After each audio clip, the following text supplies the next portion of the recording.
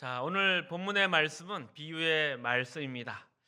자, 비유의 말씀에서 무엇과 무엇을 비교하고 있었습니까? 본문은 반석 위에 집을 지은 사람, 그리고 모래 위에 집을 지은 사람을 비교하고 있습니다. 각자가 지은 집에 대해서 비교하고 있는 것이 아닙니다. 어디에 집을 지었느냐, 그 기초를 비교하고 있는 것이지, 집을 어떻게, 얼마나 지었냐고 묻고 있는 것이 아닙니다. 그래서 반석 위에 지은 사람은 지혜로운 사람이라 했고, 모래 위에 집을 지은 사람은 어리석은 사람이라 했습니다. 그러니 성실한 사람, 게으른 사람을 또 비교하고 있는 것도 아닙니다. 그런데 이렇게 무엇을 비교하느냐, 이것을 잘 이해하는 게 중요한 이유가 저희가 아까 예배 전 찬송으로 부른 찬송가 204장이 있습니다. 주의 말씀 듣고 준행하느냐 하지 않느냐, 그것을 내용으로서 부른 찬양이 있는데 그 1절 내용이 무엇이었습니까? 주의 말씀 듣고서 준행하는 자는 반석 위에 터 닦고 집을 지었다. 그리고 2절에서는 주의 말씀을 들었는데 행치 않은 것에 대한 이야기를 합니다. 주의 말씀을 듣고 행치 않는 자는 모래 위에 터를 닦고 집을 지은 것 같다. 이렇게 이야기를 합니다. 그러니 이 찬송가 204장에서 1절과 2절의 비교의 포인트는 무엇입니까? 듣고 행했느냐, 행하지 않느냐의 문제입니다. 그런데 3절 가사는 이렇습니다. 세상 모든 사람들은 집을 짓는 자니 반석이가 아니면 모래 위에 집을 짓네. 그러니까 3절에는 모두 다 집을 짓는다라고 이야기를 합니다. 그것이 단지 기초가 어디이냐의 문제인 거죠. 그러면 이것들을 살펴볼 때 1절, 2절, 3절을 살펴볼 때 이 본문이 과연 집을 지었냐, 짓지 않았냐, 즉 말씀을 듣고 행했냐, 행하지 않았냐, 이것을 비교하는 것인가? 아니면 집을 다 짓는데 그 기초가 어디에 있느냐, 이것이 이 비유의 핵심인가? 우리는 이것을 잘 생각해 봐야 합니다. 만약 이 비유가 실천의 유무를 비교하는 것이라면 기초를 비교하지 않고 집을 비교하는 게 맞습니다. 누구는 열심히 해서 20층짜리 집을 지었다. 누구는 게을러서 1층 집을 지었다. 이렇게 집을 비교해야 실천의 유무를 비교하는 것입니다. 그런데 그것이 아니라 기초가 어디에 있느냐, 이것을 묻고 있는 것이고 그것을 비교하고 있는 것입니다. 그러니 둘 다 열심을 내어서 집을 지었지만 그 기초가 어디냐에 따라서 운명이 갈리는 이야기입니다. 자, 24절을 보면 그러므로 누구든지 이 말을 듣고 행하는 자는 그 집을 반석 위에 지은 지혜로운 사람. 그리고 25절 나의 이 말을 듣고 행치 아니하는 자는 말씀을 듣기는 했는데 그 다음에 행하지 않았다가 아니라 내 말을 듣는 기초 없이 행한 자를 가리키고 있는 것입니다. 그러니까 이걸 좀 더 문법적으로 살펴보면 나의 말을 듣고 행하지 아니하는 자, 이때 아니하다라는 부정이 들어가 있지만 이것은 행함을 부정하는 것이 아니라 전체를 부정하고 있는 것입니다. 즉 내 말을 들었지만 행함이 내 말에 기초하지 않았다. 정리해서 말씀드리면 이 비유가 말하고자 하는 바는 집을 지었다, 안 지었다, 잘 지었다, 못 지었다, 이것이 아니라 어디에 집을 지었냐 하는 것입니다. 그 기초를 비교하고 있는 것입니다. 그래서 성실한 자, 게으른 자를 비교하지 않고 지혜로운 자, 어리석은 자로 비유하고 있는 것입니다. 둘 다 똑같이 열심을 내었지만 잘못된 기초 위에 집을 지었기 때문에 그의 열심이 아무 의미가 없다는 것입니다. 이것이 비유의 핵심인 것이죠. 그리고 이 비유를 놓고 앞에 본문 거짓 선지자를 분별하는 문제에서 등장했던 아름다운 열매 맺는 나무의 비유를 다시 한번 생각해 보셔야 합니다. 아름다운 열매가 그 핵심이 아니었습니다. 아름다운 열매는 아름다운 나무에게 있어서 필연적이고 당연한 것이었습니다.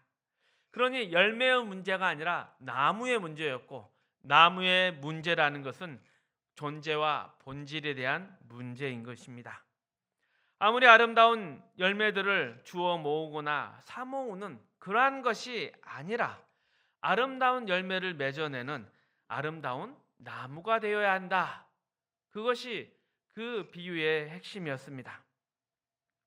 모든 종교적인 행위들은 그가 그런 행위를 할 수 있는 하나님의 자녀로서의 변화, 곧 본질과 존재가 하나님 자녀로 바뀌어지는 것에 핵심이 있지, 겉으로 드러나는 행위나 열심에 있는 것이 아니라는 것입니다. 이러한 비유들의 내용을 배경으로 마태복음 19장의 부자 청년의 이야기를 살펴보도록 하겠습니다. 마태복음 19장 16절에서 22절 말씀입니다. 같이 읽어보겠습니다. 어떤 사람이 주께 와서 이르되 선생님이여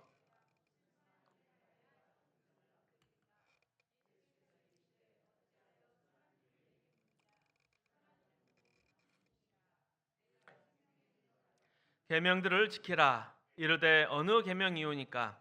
예수께서 이르시되 살인하지 말라, 간음하지 말라, 도둑질하지 말라, 거짓 증언하지 말라, 내 부모를 공경하라, 내 이웃을 내 자신같이 사랑하라 하신 것이니라. 그 청년이 이르되 이 모든 것을 내가 지켜 싸운데 아직도 무엇이 부족하니이까? 예수께서 이르시되 내가 온전하고자 할진대 가서 내 소유를 팔아 가난한 자들에게 주라. 그리하면 하늘에서 보화가 내게 있으리라. 그리고 와서 나를 따르라 하시니 그 청년이 재물이 많음으로 이 말씀을 듣고 근심하며 가니라. 성경에서 부자들을 공격하는 것은 부 그 자체를 공격하는 것이 아닙니다. 부자들이 이기심과 자기만을 사랑하는 것에 대해서 공격하는 것이지 정당한 부의 축적을 공격하는 것이 아닙니다.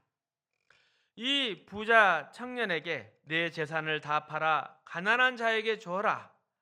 이렇게 하는 것은 실제로 다 팔아서 구제해야 된다, 이런 의미가 아니라 이 앞에 있는 내용, 나는 계명을 다 지켰다. 과연 그것이 실제적으로 계명의 정신들을 이해하고 정당하게 계명을 지킨 것이냐, 이것을 들춰내기 위해서 등장한 것입니다. 부자 청년이 살인하지 말라, 간음하지 말라, 도둑질하지 말라, 거짓 증거하지 말라, 내 부모를 공경하라, 내 이웃을 내 몸같이 사랑하라, 이것을 다 지켰다고 이야기를 합니다. 그리고 나서 예수님께 이러한 자신을 뽐내죠. 제가 아직 부족한 게 뭐가 있습니까? 이건 사실 예수님 앞에서 자랑질하는 것이었습니다.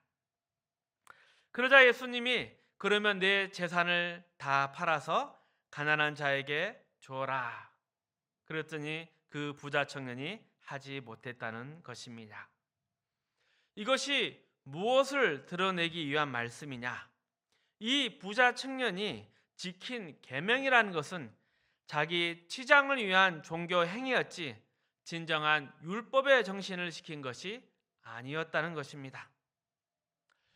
모든 계명은 두 가지로 요약할 수 있습니다. 첫째는 주 너의 하나님을 사랑하라. 그리고 둘째는 내 이웃을 내 몸같이 사랑하라입니다. 사랑이 그 핵심인 것입니다. 그러니 살인하지 말라, 간음하지 말라, 이러한 것을 산상설교에서 보았던 것 같이 살인하지 않고 그리고 간음하지 않는 것으로 끝난 것이 아니라 그 마음 가운데 이웃을 미워하지 않고 사랑했느냐, 이것이 더 핵심이라는 것이죠. 드러나는 행동의 문제가 아니라 그 사람의 내면 그가 어떤 사람이냐, 이것이 문제인 것입니다. 예수님께서 지적하시는 재산을 팔아 가난한 자들에게 주어라, 이 말씀은 내가 너의 이웃을 내 몸같이 사랑할 수 있느냐, 이렇게 묻는 것입니다. 내가 하는 신앙의 행동들이, 내가 지키는 율법들이 이웃을 사랑해서 하는 것이 아니지 않았느냐? 너는 그저 너를 사랑해서 그것을 한 것이 아니냐? 이렇게 지적하시는 것입니다. 재산을 팔아서 남을 줄 수 없고 자기의 소유로 가지듯이 신앙적인 행위들을 자기 사랑과 자기 치장을 위해서 할 수 있다는 말입니다. 이러한 예로서 동양의 사상으로는 군자의 덕이 있습니다. 유교 사상들은 다 일종의 고고한 자존심이라 하겠습니다. 군자는 소인과 다릅니다. 이런 존재 자체의 우월감으로부터 시작되는 것입니다. 군자가 왜 거짓말을 안 합니까? 나는 그렇게 천박한 사람이 아니라는 자기 사랑과 자존심이 거짓말이라는 행동을 하지 않게 하는 것입니다.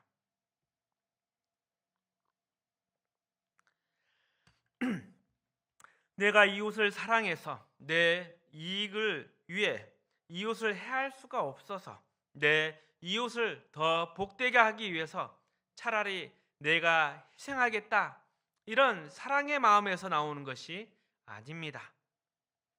이것이 마태복음의 이 부자 청년 비유의 핵심입니다. 우리의 신앙의 행위들이 어떤 마음에서 나오는 것인가? 과연 하나님을 사랑해서, 이웃을 사랑해서 나오는 것이냐, 아니면 나를 사랑해서 나오는 것이냐, 스스로에게 물어봐야 합니다.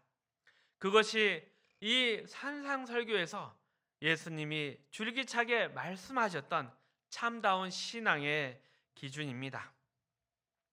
너희 의를 사람 앞에서 보이려고 행치 않도록 주의하라. 너가 기도하고 금식하고 구제했지만 그것이 상대방을 위한 것이 아니라 나는 너와 다르다, 이것이었고, 또 이러한 종교적 행위들이 그저 상대방을 사랑해서 나오는 것이 아니라 나의 치장과 나의 우월을 증명받기 위해서 행해진 것들이었습니다. 그러니 이웃들도 나를 증명하기 위한 희생물에 불과한 것입니다. 거기에는 사랑이 없습니다. 하나님 사랑, 이웃 사랑이 없습니다. 그리고 이렇게 행하는 모든 것들이 바로 모래 위에 지은 집인 것입니다. 그래서 우리의 신앙행위가 표현되기 이전에 그것이 결실될 수밖에 없는 존재의 변화, 예수 그리스도 안에서의 변화가 필수적이라는 것을 우리는 다시 한번 확인하게 됩니다. 그리고 마태 이 저자가 하고 싶은 이야기가 바로 이것이었습니다. 인간은 죄인으로 태어납니다. 아무도 진정으로 남을 사랑할 수가 없습니다. 전부 다 자기 편입니다. 아무리 고고한 이상과 종교적 명분을 내세운다 할지라도 근본적으로 자기만을 사랑합니다. 사람이 이웃을 사랑하려면, 반석 위에 집을 지으려면 예수 그리스도 안에서 거듭나는 수밖에 없습니다. 그런데 지금 이스라엘 종교 지도자들은 바로 그것을 가능케 하러 오신 예수 그리스도를 외면하고 있습니다. 그러니 그들은 바로 모래 위에 집을 지은 어리석은 자들입니다. 누가복음 10장에 재미있는 예화가 하나 더 나옵니다. 누가복음 10장 25절에서 29절 말씀 함께 읽어보겠습니다. 어떤 율법교사가 일어나 예수를 시험하여 이르되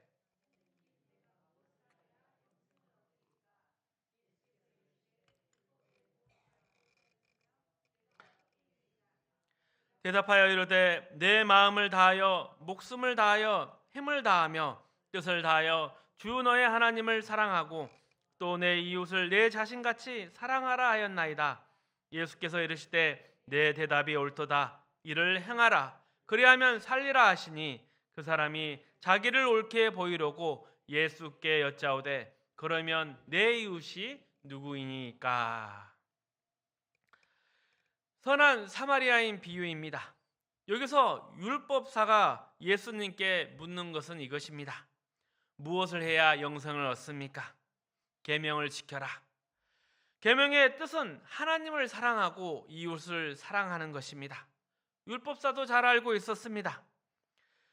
예수님께 잘난 척하려고 또 이렇게 묻습니다. 내 이웃이 어디까지입니까? 하나님은 그 대상으로서 분명합니다. 저는 하나님을 사랑하고 있습니다. 이웃도 사랑하려고 합니다. 내가 사랑해야 되는 범위, 내가 사랑해야 되는 한계를 정해 주십시오. 이것이 질문의 골자였습니다. 즉 나는 사랑한다 였습니다. 예수님께서 그래서 그 질문에 대한 답으로 선한 사마리아인 비유를 말씀하십니다. 이에 36절에 보면 내 의견에는 이 세 사람 중에 누가 강도 만난 자의 이웃이 되겠느냐? 가로되 자비를 베푼 자이다. 예수께서 이르시되 가서 너도 이와 같이 하라 하면서 비유가 끝이 납니다. 분명 이 율법사의 질문은 이웃을 사랑하기 위해서 내가 책임져야 되는 이웃의 범위를 정해달라 한 것이었습니다. 그런데 예수님의 답은 강도 만난 사람이 볼 때 누가 이웃이었겠느냐 질문을 바꾸고 있는 것입니다. 다시 말해 사랑이라는 것이 베푸는 자에게 권리가 있는 것이 아니라 그 베품을 당하는 사람, 그 사람이 과연 사랑으로 느끼느냐 거기에 있다는 것이죠. 그러니까 베푸는 자가 사랑할 만한 사람을 골라서 사랑하는 것은 진짜 사랑이 아니다 이 말씀입니다. 그리고 이것은 마태복음 5장에서 이미 가르친 적이 있습니다. 너희가 너희를 사랑하는 자를 사랑하면 남보다 더한 것이 무엇이냐? 이방인도 이같이 하지 않느냐? 즉 사랑이라는 것은 그것을 필요로 하는 자에게 조여야만 그것이 사랑이라는 것입니다. 우리가 누구를 도와야 합니까? 불쌍한 사람을 도와야 합니다. 이러한 구제를 해보면 습관적으로 도와줄 만한 사람을 찾습니다. 그런데 이 도와줄 만한 사람이라는 게 무슨 뜻을 가지고 있습니까? 도와줘서 효과가 있는 사람, 도와줘서 빛이 나는 사람이란 뜻이지 않겠습니까? 내가 그 사람을 도와서 그 사람이 잘 되어서 뭔가 보상받을 수 있는 그런 사람을 돕겠다는 게 아닐까요? 혹 장학금을 줄 때도 예수 믿는 사람이 늘 실수하는 것이 바로 이런 것입니다. 예수 믿는 학생 중에서 주자. 이렇게 조건을 달면 안 되는 것입니다. 장학금은 공부에 소질이 있는데 형편이 어려운 사람을 도와주면 되는 것이지 또 구제도 불쌍하고 안 된 사람을 도와줘야 되는 것입니다. 이렇게 누군가를 돕다 보면 아시겠지만 불쌍한 사람을 도와주다 보면 진짜 불쌍한 사람이 누구인가 보입니다. 진짜 불쌍한 사람은 불구가 되었거나 능력이 없거나 이런 사람이 불쌍한 것이 아닙니다. 도무지 자신의 불쌍함에 대해서 궁핍함에 대해서 관심이 없는 사람입니다. 도와주면 도움받는 사람이 뭔가 열심을 낼 것 같은데 그렇지가 않습니다. 그래서 마음속에 너는 그 꼴을 당한 게 싸다 이런 생각이 들고 그런 사람을 돕지 않게 됩니다. 이런 사람이 정말 불쌍한 사람이고 그런 사람을 도와줘야 하는 것입니다. 사랑이라는 것은 그 사랑이 필요한 사람한테 주어야 되는 것이고 구제는 불쌍한 사람한테 주어야 되고 모든 도움이라는 것은 그 도움이 필요한 사람한테 주어야 되는 것입니다. 예수님이 하신 질문이 바로 그것입니다. 이 세 사람 중에 누가 강도 만난 자의 이웃이 되겠느냐? 상대방한테 사랑을 베풀어도 내가 빛이 나지 않는 사랑, 내가 손해를 보더라도 상대방이 이익을 얻는 사랑, 우리는 이것을 할 수가 없습니다. 이것은 인간이 가지고 있는 것이 아닙니다. 이것은 오직 예수 안에 있는 것입니다. 거듭나야만 가능한 것입니다. 하나님의 사람으로 새롭게 태어나지 않는 이상 가질 수 없는 것입니다. 생각해 보십시오. 예수님이 골고다를 향해 올라갈 때 그 뒤를 따르던 여인 몇 명이 울면서 따라가고 있었습니다. 예수님이 뭐라고 걱정하십니까? 여인들아, 나를 위하여 울지 말라. 너희와 너의 자손들을 위해 울라라고 하셨습니다. 십자가형을 받으러 올라가신 주님이 남아있는 자들을 걱정하신 것입니다. 주님이 동정을 받고 위로를 받는 것이 아니라 그들이 오히려 주님으로 인해서 동정과 위로를 받아야만 했는 것입니다. 이것은 오직 예수님 안에만 있는 것입니다.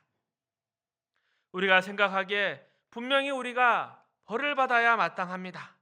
그런데 우리를 벌하지 아니하시고 우리를 구원하시기 위해서 십자가에 오르십니다. 디모데전서 1장에 사도 바울은 이렇게 고백합니다. 내가 죄인 중에 괴수다. 그런데 내가 죄인 중에 괴수다, 이 고백에서 괴수라 언급하는데 이것은 내가 얼마나 못났는가, 이것을 얘기하는 것이 아닙니다. 예수 그리스도께서 죄인들을 구하러 이 땅에 오셨다, 그 말씀을 정확히 이해하고 선포하는 배경 가운데 내가 죄인 중에 괴수라 고백하는 것입니다. 예수님께서 죄인을 구원하러 오셨습니다. 그런데 이 혜택이 누구에게 먼저 가겠습니까? 제일 큰 죄인에게 가는 것이 맞습니다. 내가 죄인 중에 괴수니라. 나에게 은혜를 베풀어 주옵소서. 저야말로 주님이 가장 필요한 사람입니다. 이것이 바로 바울의 고백이었습니다. 우리 모두가 반석 위에 집을 지으려면 예수 안에서 새롭게 빚어지고 또 예수님의 성품과 인격을 가져야 하는 것입니다. 우리의 존재가 아름다운 나무가 되어야만 아름다운 열매가 맺히기 때문입니다. 내가 전도했다, 기도했다, 이것으로서 내 신앙을 확인하려고 해서는 안 됩니다. 한국교회의 어려움은 아름다운 열매 맺는 나무가 되는 것보다 기도나 전도의 열매를 많이 모은 자를 높게 평가하는 잘못에서 비롯됐다고 하겠습니다. 우리 모두가 신경 써야 될 핵심은 예수님을 구주로 삼고 그분으로 말미암아 거듭나서 하나님의 자녀가 되어 새 사람이 되는 것입니다. 그래서 하나님 아버지를 닮고 예수 그리스도로 말미암아 하나님의 자녀로 존재하며 그 존재를 통해 또 다른 새로운 존재가 만들어지는 것입니다. 이것이 기독교 신앙의 핵심입니다. 전도와 기도, 구제와 헌신, 이런 것들은 우리의 존재가 가지는 필연적인 행위들입니다. 그것이 말하자면 집인 것입니다. 반석 위에 지어진 집입니다. 어떤 몇 가지 종교적 행위나 명분을 가지고 모래 위에 집을 지어놓고 스스로도 모르고 남들 앞에서 나는 하나님의 사람이라 속이지 말라는 것이 이 말씀의 지적입니다. 우리는 나의 모든 신앙 행위들이 하나님을 사랑하고 이웃을 사랑하는 것인지 스스로에게 물어봐야 합니다. 내가 그리스도의 마음을 품고 있는가? 아니면 나는 잘났어, 나는 달라, 이런 마음을 품고 있나 스스로 점검해 보십시오. 한국교회의 또 다른 문제는 교인끼리 서로 친하지 않는다는 것입니다. 한 교회 내에서도 친하지 않고 교회가 다르면 더더욱 친하지가 않습니다. 교인끼리 만나면 반가워요, 해야 하는데 그렇지가 않습니다. 서로 경쟁적이기 때문입니다. 왜 그럴까요? 서로 신앙을 자랑으로 삼기 때문입니다. 이 문제에 대해서 고린도전서 1장 26절에 날카로운 지적이 있습니다. 우리 함께 읽어보겠습니다. 형제들아, 너희를 부르심을 보라. 육체를 따라 지혜로운 자가 많지 아니하며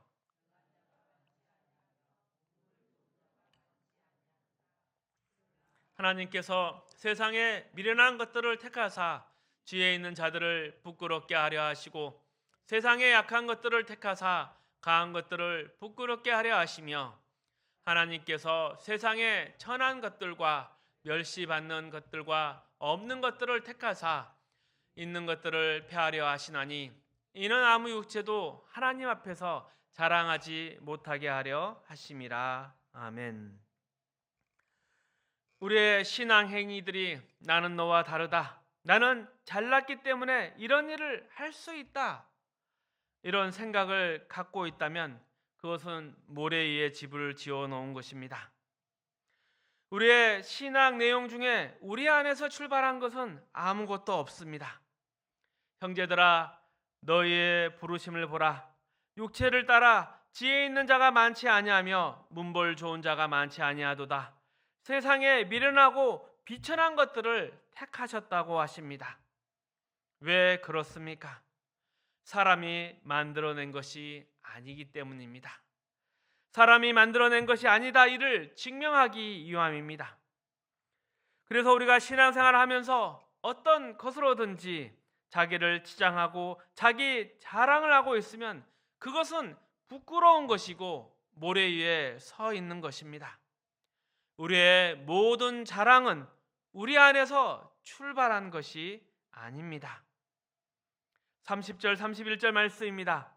너희는 하나님으로부터 나서 그리스도 예수 안에 있고 예수는 하나님으로부터 나와서 우리에게 지혜와 의로움과 거룩함과 구원함이 되셨으니 기록된 바 자랑하는 자는 주 안에서 자랑하라 함과 같게 하려 함이라.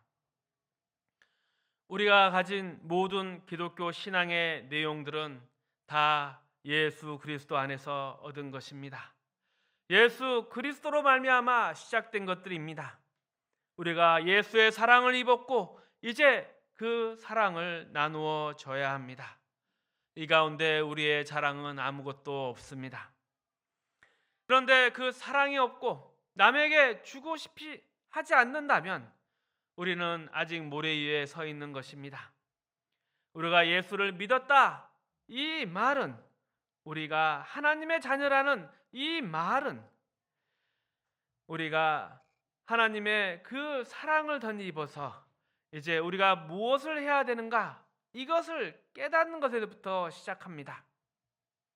하나님이 주신 그 의미와 책임들, 또 겸손과 충성의 태도들, 또 우리가 나눠줘야 될 그 은혜와 사랑들, 그것을 실천할 때 우리의 신앙이 더욱 빛이 나고 더 많은 열매들을 맺고 더 많이 하나님의 영광이 드러날 것입니다. 그래서 우리 가운데 일어나는 하나님의 믿는 자녀를 통해서 일하시는 그 하나님의 기적들, 그것을 보시며 기뻐하며 나누시는 이러한 기쁨과 보람이, 또 영광과 명예가 여러분의 삶 속에 가득하시기를 축복합니다.